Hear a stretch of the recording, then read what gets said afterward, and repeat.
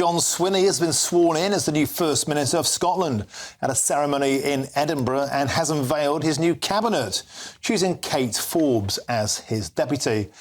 The former Finance Secretary was appointed by new First Minister after she decided not to run against him for the SNP leadership. Well, it seems as though she's been rewarded. And let's cross now to Bute House in Edinburgh, where GB News' Scotland reporter Tony Maguire is. Tony, welcome to the show. So, John Swinney sworn in on a ticket of one, rather like Ursula von der Leyen. So what's the latest?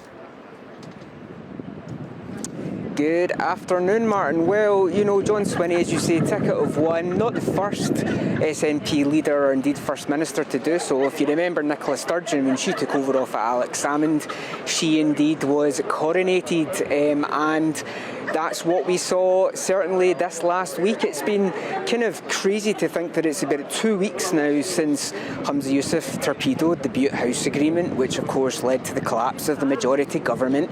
A few days later we had a resignation, and then it was lull before John Swinney was the one and only person to put his name forward for the race.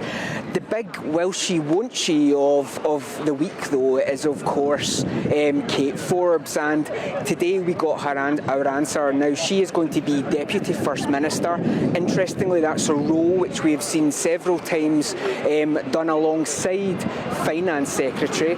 Of course, recently the Finance and Economy Secretary roles, well, they were divided, so it could be that we see Kate Forbes in one of them. That certainly seems to be her happy place, and what a better mentor than John Swinney. He was Alex Salmond's Finance Secretary way back in the day in 2007, and indeed he enjoyed a similar role underneath Nicola Sturgeon before moving on to progressively other jobs. Now, he of course was Nicola Sturgeon's Deputy First Minister for a while, and he gave up that role at the same time. He retired at the same time as Nicola Sturgeon, but today we're seeing a kind of a mix of him trying to merge the old and the new. You know, his campaign slogan last week was "Unite for Independence." Now, if we just park the independence for 1 minute, that's a whole other conversation. But the unity part isn't really any better displayed than in the divisions that have been in the SNP over the last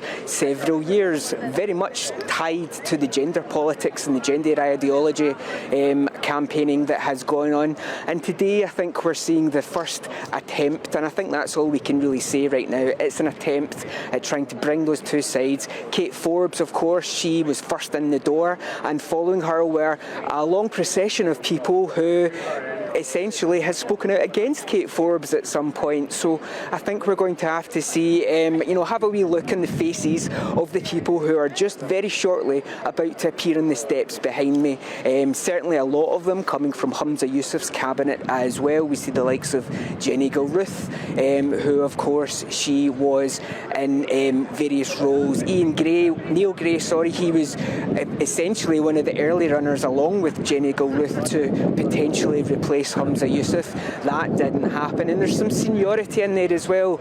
Angus Robertson, well, I've never seen an SNP government cabinet that doesn't feature Angus Robertson. He certainly made his way into Bute House today after John Swinney, and it will be quite interesting to see tomorrow. Of course, a lot of talk about John Swinney's First Minister's questions, but of course it's not, because as in when case of the First Minister is away on international duties or whatever, it's often the Deputy First Minister who sits in and deals with the First Minister's questions. So he is no fool when dealing with the likes of Anna Sarwar and Douglas Ross, and I think he will very much, he's essentially one of Scotland's longest serving parliamentarians, and I think tomorrow, once the dust is settled from today and he's got an idea of what the reaction is to his cabinet picks, I think we'll maybe see him settle into the old ways tomorrow, but hopefully with enough of the new from this all-new cabinet he's put together today.